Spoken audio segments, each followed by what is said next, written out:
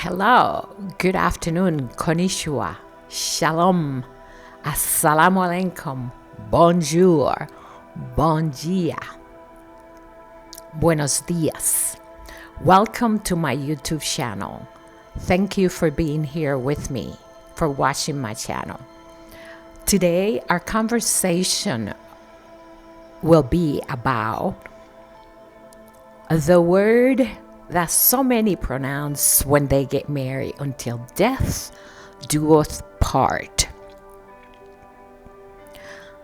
Are we really conscious of the meaning of that word when we say I do? I do. Because if we are, there will be no divorce. Why is it that so many take that word for granted? When you say until death doeth part, there is no separation. There is no distance. There is unity forever between two people. However, when we have a change of heart, or when one of the partners has a change of heart, everything changes. That word no longer has the same meaning. Do we know deep inside when we commit whether or not that unity is going to last forever? I suppose it depends on the individual, because you can ask yourself, or even I can ask myself, do I really mean what I say? Am I committed to this relationship forever? Or am I just doing it because my emotions, my feelings, and my sentiments in the moment tell me that I am so in love that this is what I want? As a woman, you do know when your husband is creating that distance. Something begins to change. And as a man, you also know when a woman begins to have that distance, when she no longer depend on you or is enamored with you and is kind and loving like she used to be. However, in some cases, when a woman feels and knows through intuition what is going on, why is he changing, why is he so distant? Imagine that you were the perfect couple and you always hold hands and you go out together, you have this beautiful meal and you have a wonderful time as a couple and you look so in love. And all of a sudden, 2, 3, 5, or 10 years later, he does not even want to hold your hand in public. What changes? What happened? Why is he changing his attitude towards you? Because the truth is that the longer you stay in a relationship, the more confined and conjured you are with each other. There is no distance. Even though you became accustomed to your partner, you don't have that separation, because there is a need for that soul and your soul to be together as a soulmate. However, when someone walks in and said to you unexpectedly, I want a divorce, it is shocking, it is painful, unexpected. It lifts you up from the ground and you try to wonder what happened. The first thing you do is you blame yourself because you think it is you. Nonetheless, we know consciously when that is about to happen. We begin to see the distance, the reaction, the changes within the individual, how they're caring for themselves more than they do for you. And sometimes even when they travel, how they return with a present for you out of guilt, not out of love. That stands the reason why some women hate it when their husband come home with flowers after a long trip. Because if he really misses you, he will be in contact with you, letting you know, I miss you. I am connecting with you. And sometimes that's not even the case. There is instances when a woman doesn't even hear from her husband when he's traveling, he's not home. Then all of a sudden shows up at home with a gift or flowers. And you wonder, what's the occasion?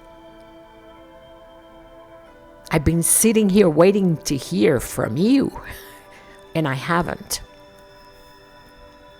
Can you imagine the pain, the frustration of infidelity?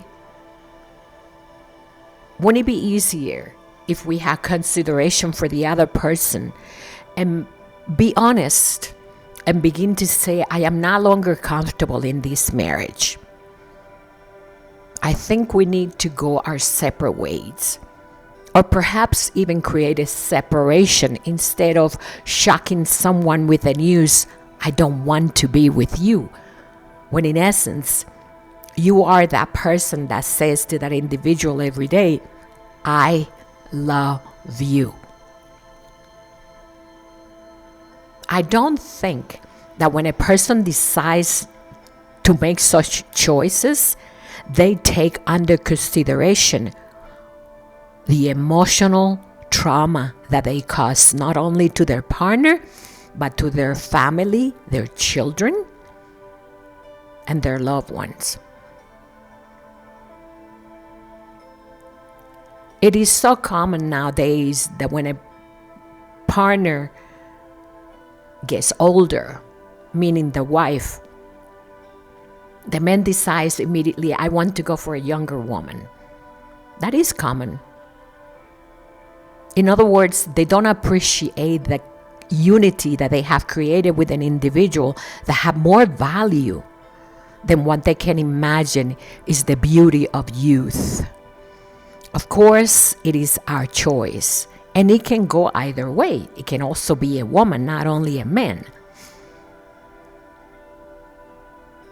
But then ask yourself, how is it that some couples make it through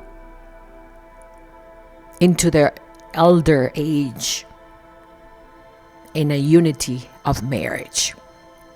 Is it respect for each other, consideration, love, appreciation, value for the other person? Because there is no doubt that when a person does commit adultery, there is temptation.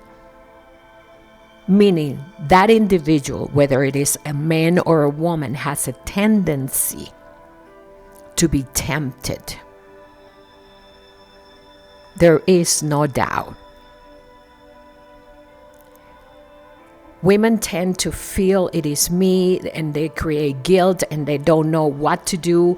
I have found myself in a situation where I thought, oh my God, what am I going to do now? Was it me? Was it my failure?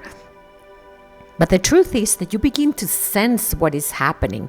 And can you really, out of love, compassion, understanding, and forgiveness, try to be there for that person when you know consciously that they've been unfaithful? No. It's not easy. First of all, you need therapy. Second of all, you need forgiveness, and that takes time. It's not something you say, oh, I forgive you, and then you continue to resurface on the fact that this person is being unfaithful to you. That's not forgiveness. That is just words being said. When you commit to someone, you commit forever, and you try your best no matter how tempted you are not to be unfaithful. I've always said that if I have to be unfaithful, I would rather terminate the relationship and then move on, instead of allow myself to let my feelings and emotions get involved and then surprise my partner by saying, I no longer want to be with you. I don't need you. Because karma is a cause and effect. What you do to others will happen to you, and it is guaranteed. It is more painful when you trust someone, when you think that this person is there for you forever. Do not blame yourself. Understand that if you don't love yourself, nobody else will. Know that there is light at the end of the tunnel. And sometimes these circumstances, even though they're painful, are for the better of you. Something in you needs to be rebirthed, done, expressed, communicated. This happened for a reason. Why? Sometimes we get very comfortable in our relationship, and we don't understand that that comfort level can create separation. In some cases, people become friends and roommates instead of lovers, and that can be detrimental. We all need care, love, compassion, caring, communication. And when all that is missing, it is a recipe for separation, disaster, and divorce. Now ask yourselves, why is it that some couples survive regardless of infidelity? Is it because someone is comfortable in a relationship? Is there a communication as to, I do what I want and you accept it because I support you and we have children? Or is someone deeply forgiven that can deal with the pain and emotion through other sources of support, such as therapy, friendship, family support, and perhaps even faith? But remember, it takes two. Unless that person asks for a divorce, you're still in that relationship, and it is your choice. No matter how painful the circumstances are in a divorce, you would always make it if you have confidence in yourself. You would always make it, because nobody's stronger than you are. And women have a tendency to survive in situations like this in a more subtle manner than men.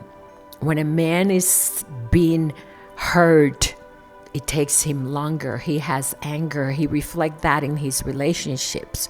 And he's not very likely to go for therapy and ask for help. He's more likely to keep it within himself and let that pain heal with time. Women, on the other hand, love to talk. They have family, they have friends, mother, someone they can talk to, support groups. It is easier for us. Nonetheless, I think it is more common for men to be unfaithful than there is for women. Know this: no matter what happens in your life, if you're going through a separation or a painful experience of someone being unfaithful to you, you will make it.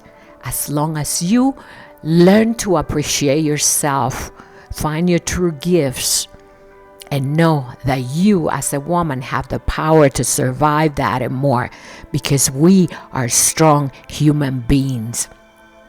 We are the one that give birth in pain, so we do know how to survive pain.